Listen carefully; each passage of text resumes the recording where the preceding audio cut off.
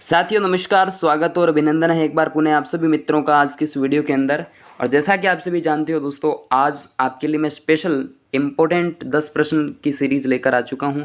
इससे पहले मैं 10 प्रश्नों की सीरीज़ करवा रहा था आपके बीच में, और छोटे छोटे पार्टों के अंदर आपको मैं सारी चीज़ें कवर करवाने वाला हूँ।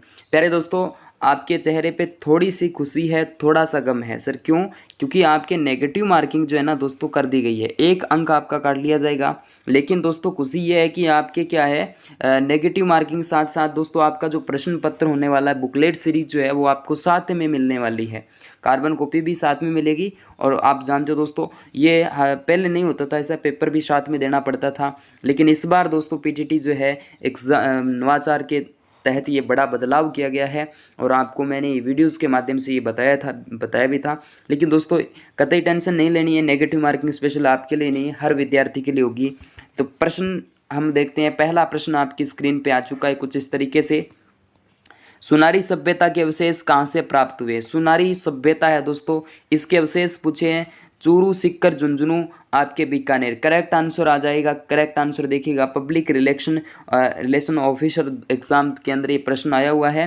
तो सुनारी सभ्यता का संबंध मेनली झुंझुनू से रहेगा विद्यार्थियों, यानी झुंझुनू के पास ही आपका क्या है, झुंझुनू के पास स्थित इस स्थल की खुदाई के दौरान लोहे के ऐसे लोहे बनाने की प्राचीनतम भट्टियां मिली है।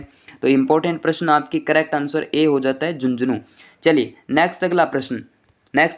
राजस्थान के निम्न में से किस जिले को प्राचीन स्रोतों में चंपावती के नाम से जाना जाता है? चंपावती। करेक्ट आंसर बता दीजिएगा, छाप दीजिएगा। चाकसू जिसे चंपावती के नाम से भी जाना जाता है। ये प्रश्न दोस्तों मूल्यांकन आधारित, चाटसू वैसे इसका नाम था, बाद में चाकसू पड़ा। चंपावती भी इसको कहा जा सकता है। जयपुर जिले में स्थित चाकसू प्राचीन नाम इसका चाटसू या फिर चंपावती के नाम से जाना जाता है। 1998 में राजस्थान के भीलवाड़ा जिले में किस स्थल की खुदाई की गई थी? तो ये राजस्थान पुलिस का प्रश्न है दोस्तों। तो यहाँ से आपको ओजियाना, ठीक है, भीलवाड़ा के अंदर स्थित है ओजियाना। ताम्रयुगीन आहड़ संस्कृति से संबंधित ओजियाना पुरातात्विक स्थल भीलवाड़ा जिले के बदनौर के पास स्थित है। कहाँ पर है भाई? बदनौर कहाँ पड़ता है? भीलवाड़ा के अंदर। चलिए गागरोन का किला जो है दो नदियों के मध्य है, दो नदियों के संगम पर स्थित है। चंबल, बेड़च, बनास, लुणी, सूकड़ी या फिर खरी नहीं आएगा, खारी आएगा। करेक्ट आंसर काली सिंधु राहु नदी के संगम पर स्थित है। काली सिंधु राहु नदी के संगम पर मेरे प्यारे विद्यार्थियों, यहाँ से डी करेक्ट आंसर। गागरोन का किला उसके पास चंबल और आहू नदियों के किनारे स्थित है। चंबल नहीं, आहू और काली सिंध। इसके बाद में गतिशील रेत के टीलों को स्थानीय भाषा में क्या कहा जाता है? तो राजस्थानी भाषा के अंदर जो रेत के टीले होते हैं ना, उनको कहा जाता है धरियन। क्या भाई? धरियन कहा जाएगा। याद रखना, पश्चिमी राजस्थान में शुष्क मरुस्थल को बालू या रेत के टीले या धरियन के अधिक फैलाव के कारण थली भी कहा जाएगा। ठीक है। इसके बाद अगला प्रश्न, शेखावटी क्षेत्र में स्थानीय भाषा में कुओं को क्या कहा जाता है? ये जेल प्रहरी का प्रश्न है विद्यार्थियों।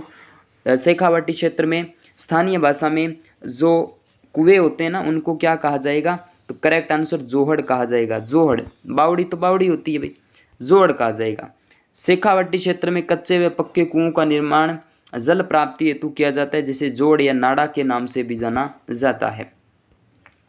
इसके बाद देखिएगा दोस्तों, अगला हमारा प्रश्न कुछ इस तरीके से, निम्नलिखित में से किस स्थल को जाख बाबा प्रतिमा प्राप्त हुई? किस स्थल से जाख बाबा प्रतिमा जो है वो प्राप्त हुई थी? जाख बाबा जो प्रतिमा है दोस्तों, नोह सभ्यता की बात यहाँ से कर ली जाएगी, है ना। भरतपुर में स्थित नोह गांव 1963-64 में श्री रतनचंद्र अग्रवाल के निर्देशन में की गई खुदाई के दौरान लोह युगन सभ्यता के क्या मिले मेरे दोस्तों?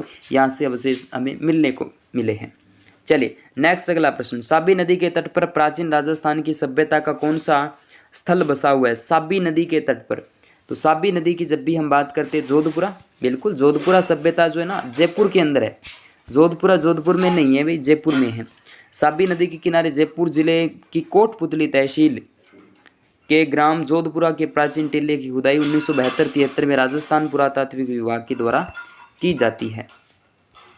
इसके बाद अगला प्रश्न देखिएगा, रंग महल में किस पुरातात्विक निर्देशन में उत्खनन कार्य? ये आरएस में भी पूछा जा चुका है ये प्रश्न।